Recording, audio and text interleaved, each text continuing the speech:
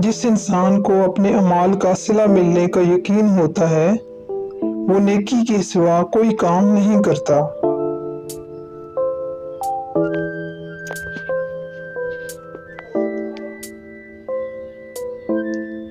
याद इलाही को लाजिम पकड़ कि ये दिलों का नूर है। याद इलाही बेहतरीन इबादत है।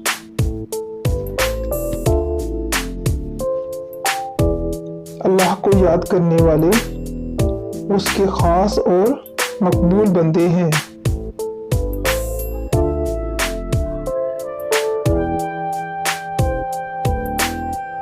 अगर आपको मेरा ये चैनल पसंद आए तो प्लीज़ मेरा चैनल सब्सक्राइब कीजिए, लाइक कीजिए और शेयर कीजिए। Thank you.